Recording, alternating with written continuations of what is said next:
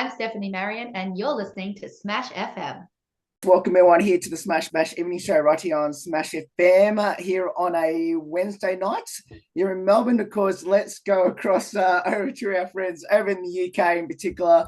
And it's great to have this particular music artist on the show because the last time we actually had her on the show was September 2020. So, Is that pre-COVID? yeah, it was. It definitely was. And of course, her name's Stephanie Wood. She joins us right now. Thanks, Steph, for joining us. Hello. It's wonderful to be here. What time is it for you in Melbourne? 11 p.m. on a Wednesday night. Oh, it's a very nice, easy midday for me here in London. So thank you for doing the late shift for me. No, that's all right. All good. Um, Firstly, as I mentioned in the intro, September 2020 was the last time we had you on the show. So, what have you been doing for the last 5 years? Obviously, you're not The in last Australia. No, I'm not. So I moved from Melbourne in 2021. So like it was at the very end of I actually arrived in London on London's Freedom Day, which was when the country opened up from COVID. So I entered right when COVID decided that it didn't exist anymore here. So it was amazing. I went through when I flew over here, there was like it was like being in 28 Days Later. It was like being in a zombie apocalypse film because all the airports were shut. Every shop was shut. There was nobody there. Everybody was treating it like it was a library. Melbourne International Airport, no one there, nothing doing. I had a whole three-seater of the plane to myself. And when I arrived in Heathrow Airport, again, nobody was there at arrivals except my brother with a New Zealand flag and a UK flag. Like, yay! Nobody else was there. It was absolutely surreal getting to London. Yeah. And then it's been a bit, feels like it's been surreal ever since, really. It's been crazy. It hasn't, I mean, haven't made it to West End yet. Let's just say that. So Oh, the preference okay. is still trying to get that credit on the West End stage. But within the first few months of being here, I sang at Westminster Abbey for the Royals for the Commonwealth Day service. And that was when the Queen was sick. So I didn't get to sing for the Queen, but I did get to sing for the new king. So that was pretty exciting. And I got to see all the royals as well, which was really cool. And Westminster Abbey is beautiful. And it was on the BBC. It was on BBC One. It's like, Mom, look, I've made it. I'm on the BBC. So that was really exciting. And then quick highlights. I wrote a show with a very good friend called James Doughty, who's a musical director here. And we did that show in 2 Edinburgh Fringes. And then we took it to New York and we performed it in New York at a place called Green Room 42, which is kind of a cute Oh, little cabaret venue. If you look it up, some very cool people have I've performed there. actually So that been was there. incredible.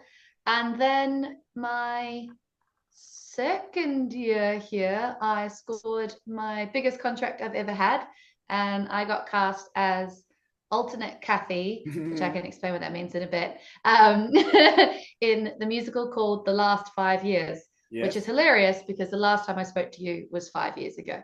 So it's a musical called The Last 5 Years, and it was the international tour. So it was the West End version of the show, but we did it in Taiwan and then all over China. And it was absolutely the highlight of my life so far in these insanely beautiful opera houses and art centers. And it was incredible. But alternate means that there is the person that plays Kathy, which was Suri. And if Mhm. you know anything about Eurovision, Suri was actually one of Britain's entrants into Eurovision. Yes. And then I'm her alternate. So I get guaranteed 1 to 3 shows a week. But otherwise, I'm just enjoying life in China and Taiwan, having the best time. Um, what else has happened? Yeah, I guess that's like the major highlights for me Mm. so far. Let's wind back just a little bit. You mentioned about Westminster Abbey just a moment ago. Mm. So tell us a bit about that a little bit more, and especially, performing to the royal family over there. How surreal was it for you? Get any photos? Oh gosh, Oh, I okay. wish. I'm assuming that's a Um, no.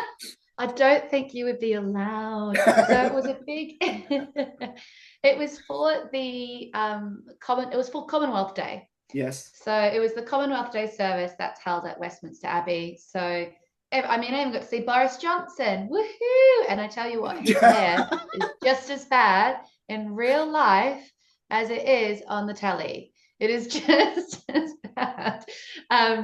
So it was this really big service, and I think I was just super lucky because they were looking for non-British people that were part of the Commonwealth to sing as part of a Commonwealth choir, which was 6 people in a choir. Oh, It was only 6 of us, to do this beautiful song that was written by Debbie Wiseman specifically for the event and about Queen Elizabeth, which was very, very cool. So I hadn't even been into Westminster Abbey at this. I was so new to London. I hadn't even seen Westminster Abbey before. So to get paid to walk in there, and not only that, but to sing was absolutely, I think my jaw was on the floor. And then I was representing New Zealand. So that was because I am a Kiwi. Sorry, Australians.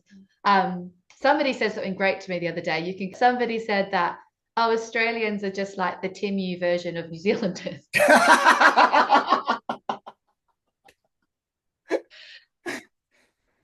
And I was there going, yeah, I'm not going to deny that. I think I might take that one. That's a great one. So I did get a lovely photo with the New Zealand flag carrier, which was very cool. But no, not allowed any photos with the royals. We had to sit in our little seats and then get up and perform. And it was all very, very, very quiet. oh. Because they also get a bunch of school children in, and there's a bunch of different performances happening. And yeah, but then it was quite surreal then to have my brother message me and go, I just saw you on BBC One. Yes, and that was, I think, within the first 3 months of moving to the country. I was like, so cool. It was very cool. But no, I didn't get to shake the hands of. Now let's talk a bit about the one you just mentioned at the end of your last from the last question. In the last 5 years, as you said, quite coincidence considering we haven't spoken for the last 5 years on the show. Tell us a bit about that, and is that, I know you mentioned about being mainly in the northern hemisphere, obviously in Asia and all that. Any chances it's going to come down to Australia? Oh, I wish there was like inklings of chat about it, but then they've gone poof.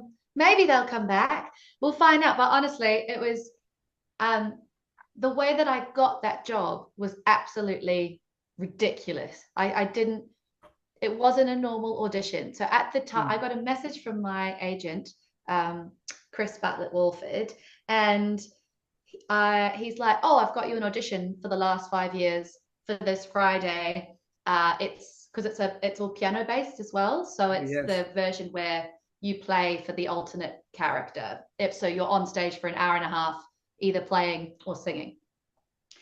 And I was like, oh no, I am going on a cruise with my partner at the time's family, and I can't, his mum was sick. I was like, I can't miss that. I have to go on this cruise, so I'm gonna have to skip this audition. Will they take a self-tape so I could record it? They came back and said, no, we can't take a self-tape.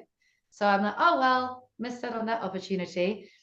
I'm on a cruise ship, I'm in the sun, it's wonderful. I get about 7 missed calls from my agent, who ends up calling the other person on the cruise that I'm with, because I didn't have internet or anything, going, right, Stephanie, they actually want you to send in a self-tape. Can you do it in 2 days while on the cruise? But bonus being, at least cruise ships have pianos everywhere and That's true. bars everywhere. And I just so happened to be with somebody who could play the piano as well. So I had my own accompanist kind of built in. So I think in one day, I had to learn 3 different piano pieces, a song to sing, and a monologue, record it all on a cruise ship with like no makeup, not looking great. I think my hair was all frizzy, just like that. And then, yeah, 12 hours later, I got the call saying, you got the job. So that was the most insane audition I've ever had. And then we rehearsed for 3 weeks in Regent's Park, Yes. which is stunning. So every morning, just walking through the beautiful park. So cool. On the end of the second week, I got COVID. Oh no. So then they were just all worried about me getting to China. So I wasn't allowed to rehearse for the final week. I was at home on Zoom, rehearsing like this. Made it to Taiwan, which was wonderful, and then just ultimately had the most incredible experiences ever that I think I will ever have. Because we had the band was local from Shanghai, and we had a Taiwanese band in Taiwan, and then a Shanghai band that kind of followed us around to all the different venues. And they were just incredible. So we used to share taking each other out for meals. So I managed to find a place that did a British Sunday pub roast in, I think it was in Suzhou. Yes. And then they would take us out to try all this amazing proper traditional food, which was very cool. So it was career highlight, and the theatres were just ridiculous, opera houses and these massive art centres, and we're doing a show with only 2 people on stage in these gigantic 3-tiered. Oh, take me back. Great segue about the Take Me Back part. 2023, obviously, you were also involved in a thing called Mr. and Mrs. Love. Tell us a bit about that. Starring yourself and James Doherty. Yes. So in it, why did we write the show initially? I can't. We ended up so. James and I used to date, so we ended up writing a show that was pretty much about our relationship failing, which is quite funny now that I think about it. And in its first version, it was called Live, Laugh, Love with the love crossed out. And then it kind of became Mr. and Mrs. Love. And it was pretty much based on us trying to play as many musical instruments as possible. And it was just a comedy cabaret of all things wild and wonderful. James ends up doing burlesque. I ended up doing burlesque. I learned to play 10 notes on a violin. There was like a kazoo. It's just a bit absolute madness. And then when we took it to New York, we met. James was actually in New York to play a different show with a group called the Barricade Boys, and at the time they had a guest entertainer, Rachel Tucker, who's a massive West End star. She's played Elphaba on West End and on Broadway, so she's a big name, Miss Rachel Tucker. And he accompanied for her, and we were talking to her about our show, and she was like, "I'll come." Well, oh, okay, please do come to our show. It'd be amazing. But she ended up having to stay home with her son and sent her husband instead, Guy Retalak. And he watched the show, and at the end of it turned around and said, "I want to direct it. I'd like to direct your show." And we're like, "Oh, great. We'll take that because he's amazing." And then he helped us direct it for the next Edinburgh Fringe. And then our relationship really properly tanked. We actually broke up a day before our rehearsal started, and then had to rehearse for Adelaide Fringe, and then live together for the month of Adelaide Fringe while doing this show. So kudos. We're still, he's like my best friend. So we're still incredibly good friends. But it was, what a time. What a story. Was it art imitating life, or was it life imitating art? Who knows? What came first, the chicken or the egg? So it was great. And any Fringe, Edinburgh Fringe, Adelaide Fringe, Melbourne Fringe, all the fringes, everybody knows how much incredible hard work they are, how much you're out in the public doing all of that. So not only were we broken up and living together for a month, I then got horrifically ill. And James, actually, I couldn't get any prescription meds because Scotland is not part of the health system for the UK.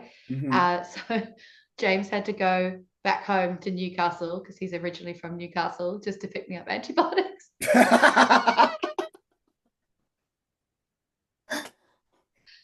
I'm it glad, was just a I'm glad you're really, still best friends with him after you broke up. I mean, it's been a journey. It's been a real journey. We didn't really have a choice. So we had to do this show where we get angry at each other and yell at each other and rehearse with each other every day. Absolute madness. I mean, yeah, brilliant. Brilliant. If anybody one needs to break up with a partner, write a show with them. It's just the best way to do it, I think. When you're in New York for this show, now I love how it describes it. It's like, obviously it was available to stream, which was in the Green Room 42 in New York, which is, I've been there before, fantastic venue. But I love where it says live, laugh, and love crossed out in red. Stout. And I was like, oh, so I think that was the best promo for that. Yeah, and then we made it real. We actually created that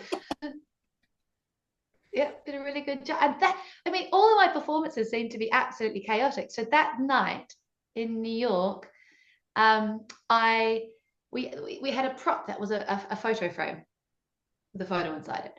So we'd bought a cheap photo frame, and I was trying to take the glass out to put the photo in, and I sliced my finger open really badly about 30 minutes before the show.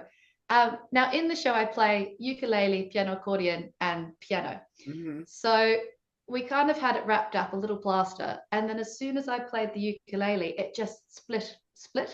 So I spent, James came on stage and he had like speckles of blood on his t-shirt. And I'm there just like my hand dripping with blood. Absolute carnage.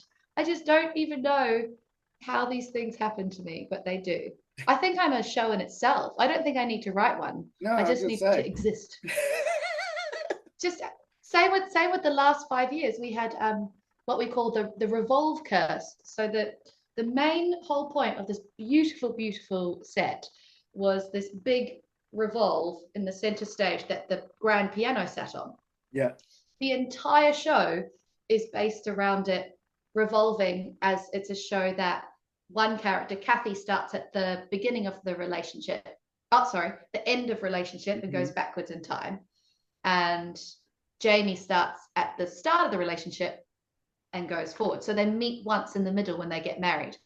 So the revolve helps tell the story, and it's all the lighting set to it, the choreography set to it, the blocking set to it.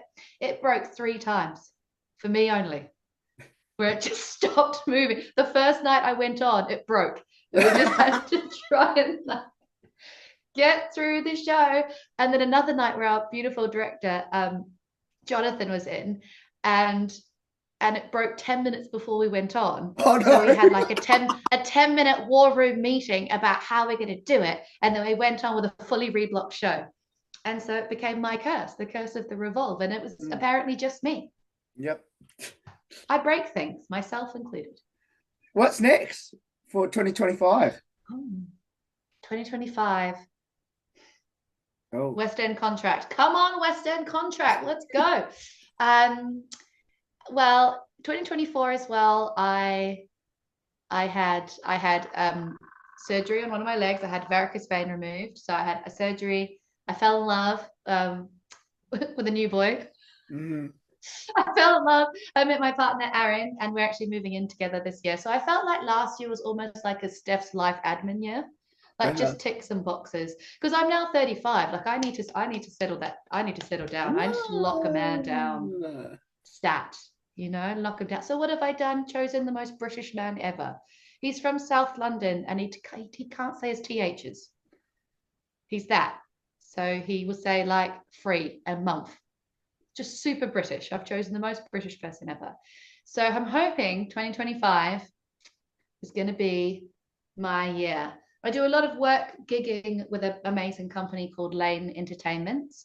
So they have a few different like ABBA tribute shows, and we're just starting a Lux FM show, like a vintage jazz, postmodern jukebox type show. So that's really cool. But I just want to get in the room and audition. Come on.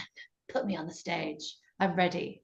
I don't have a British accent yet, but I'm ready to go on the British stage. They need more Australian shows. Bring more Australian shows over.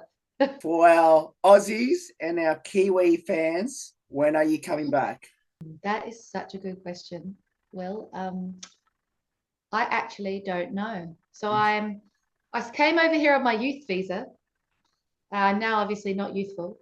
And That's not true. I stop. It's the brush up my appearance filter on Zoom. And, uh, but now I'm on an exceptional talent visa, which I can kind of renew every 5 years. So if there are any New Zealanders or Australians that are looking to come over here and be a performer, there is this fabulous visa called Exceptional Promise, which if you find me, you can send me a message if you want to know more about it. But if you're able to come into your youth visa, you can then kind of move into a talent visa. And it's kind of one of the easiest ways to stay here. You do need a bunch of good credits or be able to show lots of appearances, but I can help you with how to get through all the system and things like that, which is really cool. But probably coming back to Australia and New Zealand, I wouldn't be surprised if I decide to have kids. I mean, until then, I can't imagine my kids growing up with a British accent. Daddy, Daddy, I don't know. I don't know. I don't know. See, I can't even do it. I just still can't do the accent. But well, that was damn close. That was damn close to it. I want to get a tour. I'd love to get a tour to come back to Australia and New Zealand. That kind of tours and everything like that. That would be incredible. But I think until, and it's funny because your idea of success changes with everything you do. Now I feel like my new level for success is I'd like a long-term contract on West End, but it feels like everything I do, the bar of success changes. So I don't know if there'll ever be an end to the success. But so for everyone who missed out on the last interview 5 years ago, which I'm going to ask these two in particular. So first part of the question is, where did the love of performing arts, entertainment, obviously now you're in the West End side of things, where did that start for you? And what does it mean to you now? That's the second part. Ooh, I love it. Where did it start?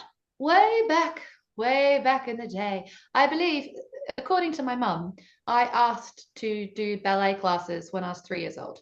As in, she didn't put me in them. I asked to do ballet.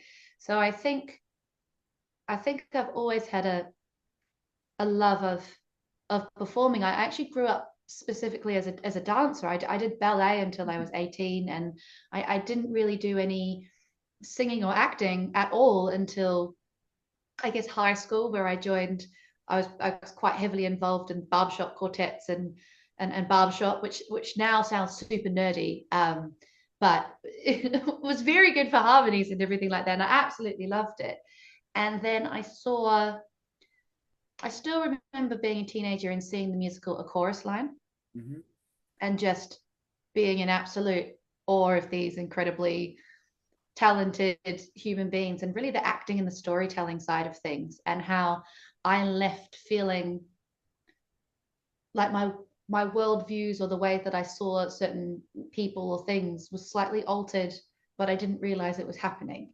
And I think what's so incredible about performing arts is the ability to change and shape worldviews and challenge people's views on opinions or anything, even from politics to, I don't know, the rest of the world, everything, genders, sexuality, racism, all that kind of stuff. Like, you can go and watch a show and come out having a different idea about people's situations and not realize that you've been through it. Like, it hasn't been shoved in your face, it's kind of there.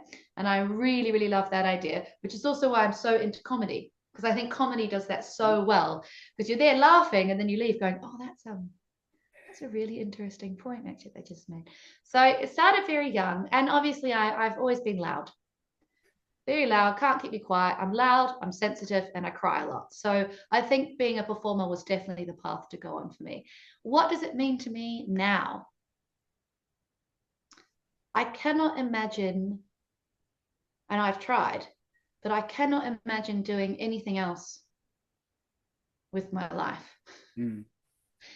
I've tried to pivot, to change careers. I've looked at studying different things at university. What can I do? And I don't want to go on that journey, that because it's hardship to become successful at anything. I just don't want to go on that journey. I mean, here I pay rent by teaching piano. I teach kids piano. That's my day job, because I can't perform 24/7. It doesn't exist for me yet. Hopefully it will. Not making them big mega bucks yet. Yeah, so I can't stop. It's a real problem.